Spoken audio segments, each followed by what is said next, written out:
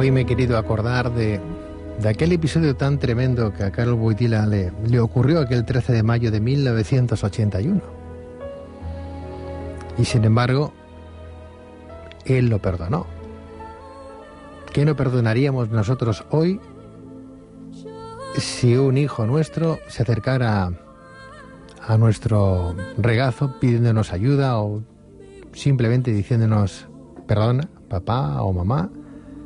¿Qué no haríamos por él? Y es que a veces nos tenemos que hacer muy pequeñitos para poder cruzar aquella puerta de Jerusalén que nos conduce a ese cielo tan imperturbable que es el poder estar en esa gracia tan especial. Y en verdad, lo que ocurrió ese día, ya hace unos años, en el 1981, yo hubiera dado oro incluso por poder asistir a ese encuentro que después, a ese diálogo que incluso tuvo Karol Wojtyła y Ali Atka. Haber estado allí, silencioso, sentado en el pobre camastro, olvidándome incluso de que soy periodista y de que uno de aquellos dos pequeños y temblorosos seres que conversan como si se estuvieran confesando, el Papa y el otro, su asesino. Haber oído tembloroso, como quien asiste a un sacramento, las palabras que cruzaban seres tan distintos y a los que el destino cruzó en el fulgor de unos disparos. Seres que nada sabían en realidad el uno del otro, segundos antes de que la bala atravesara un cuerpo, regara de sangre la tapicería del jeep que cruzaría casi en volandas la plaza de San Pedro, a la misma hora en que las agencias del mundo entero habrían miles de no menos dolorosas heridas.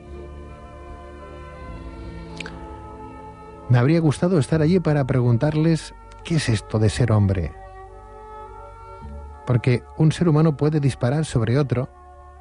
¿Qué razones pueden conducir a enarbolar una pistola para cortar con ella algo tan sagrado como una vida cualquiera, tanto si es la del Papa como si fuera la de un asesino? Habría querido investigar qué ideas, qué tipos de razones pueden conducir a oprimir un gatillo. ¿Razones religiosas? Pero ¿es posible que alguien pueda llegar alguna vez a creer que puede servir a Dios matando a un hijo suyo? Que largos siglos de aberraciones, de falsificaciones de la imagen de Dios han podido conducir a grupos humanos, incluso a seguidores de Cristo, a la monstruosa idea de que un Dios Padre tenga que ver algo con un Dios verdugo. Ya es, y me parece, bastante doloroso que en esta oscura búsqueda en que caminamos hacia Él podamos a veces confundir a Dios con sus sombras para que encima caigamos en la aberración de confundirle con alguien sediento de sangre, con un devorador de aquellos que en Él no creen. Solo los sueños locos de Goya, pudieron inventarse la imagen visible de antidios en ese Saturno que devora a sus hijos o a sus enemigos.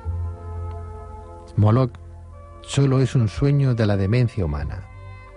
Dios está en otro sitio, en esa cárcel en la que dos hombres se acercan y conversan, y porque se acercan,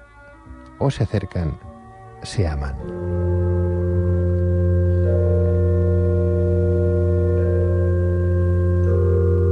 Recordando aquel episodio de hace algunos años, ¿no?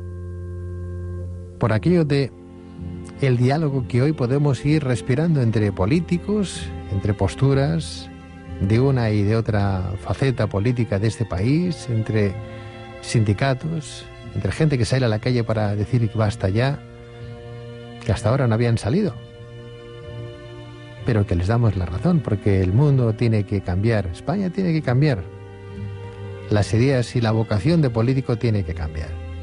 Bien, pues, recordando aquel episodio, ¿quién inyectaría en la cabeza, por ejemplo, de Ali Akka la idea de que el Papa era un enemigo de su Alá o de su pueblo? ¿Solo el dinero? Es demasiado poco. Las ideas tienen veneno suficiente para llevar a la locura. Alguien llenó su cabeza de cualquiera de esos dogmas que son siempre peligrosos cuando se olvida que todos deben subordinarse a la más radical de todas las ideas. La única, la última verdad es amarse. Toda idea en la que surge o aparece la palabra enemigo tiene que ser forzosamente falsa. Miro esta fotografía en la que dos hombres hablan. No hay enemigos ahí. Dadme una foto como esa y construiremos el mundo. Me habría gustado también, claro, oír las palabras que Juan Pablo diría a su asesino. Siento menos curiosidad. Son fáciles de imaginar. Seguramente son las mismas con las que describió a Dios en una encíclica como El rico en misericordia. Son viejas palabras: perdón, comprensión, misericordia. Palabras que algunos creen que los cristianos y otros credos decimos desde arriba, con el orgullo del que saborea el placer de sentirse y saberse magnánimo. Pero nunca se perdona desde arriba, sino acercándose en un rincón a la misma altura y en voz baja.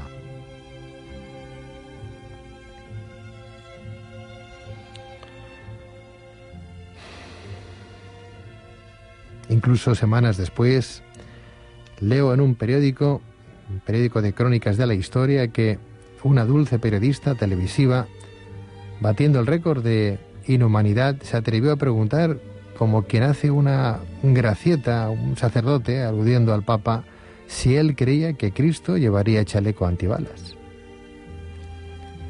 La pregunta nos hirió a muchos como un disparo de frivolidad. En primer lugar, porque es un hecho que el Papa se ha negado a los chalecos antibalas. En segundo, porque si él no tuviera el pequeño derecho a defender su vida, lo tendríamos los muchos que le amamos y queremos que siga estando entre nosotros. En tercer lugar, porque esa pregunta solo tiene derecho a formularla quien tenga su cuerpo ya atravesado y siga exponiéndola a diario a los disparos.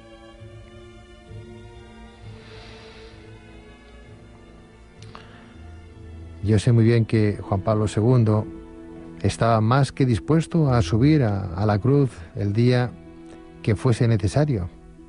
¿Es que no sube acaso en la renuncia permanente a su vida privada cada uno de los papas o sacerdotes, obispos, etcétera, en el riesgo diario de sus baños de multitud, en los aplastantes itinerarios que realizan en todos sus viajes.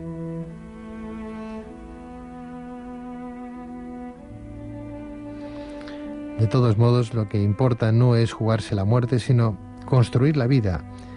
Y esa foto construye. A mí me gustó que el Papa en su día consiguiera la amnistía para su asesino, pero muy por encima de los frutos personales me emociona pensar que dos enemigos, entre comillas, y los dos enemigos puedan de alguna manera encontrarse, dialogar, regresar a la hombría total en la que ingresamos por la palabra y de la que huimos por los disparos.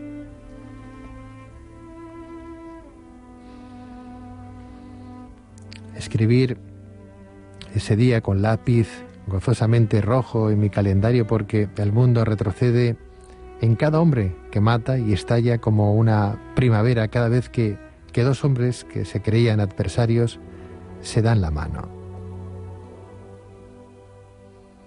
Dicen que este año es el año de la reconciliación.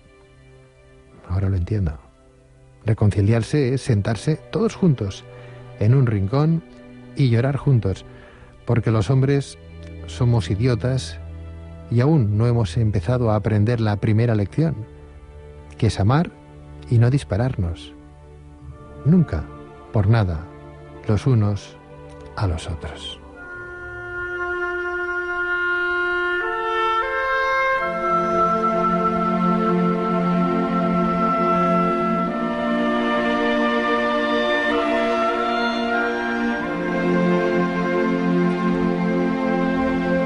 La revolución está en la calle, las primaveras árabes, otras primaveras y las primaveras de cada uno. Y es que en cada uno de nosotros se encuentra la parte más mortífera y letal de ese Alit Atka que comentábamos. Con nuestras palabras, con nuestros gestos, herimos y hasta casi matamos. Tendríamos que ser un poco más conscientes a veces de cómo utilizamos ese recurso que alguien nos dio en su momento y que a veces utilizamos tan poco.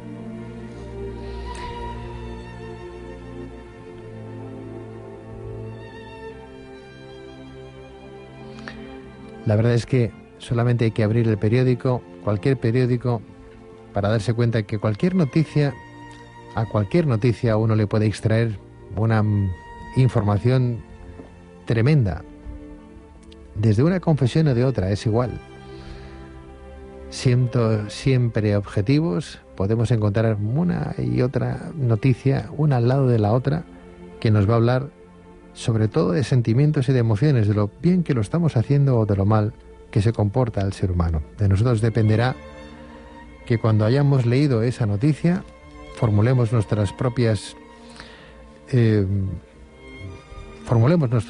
credos y postulados al respecto, y en esos ítems digamos, ole, vale la pena luchar, vale la pena sentirse vivo cada día, porque vale la pena por lo que estoy viviendo. Muy buenas noches y bienvenidos a Luces en la Oscuridad.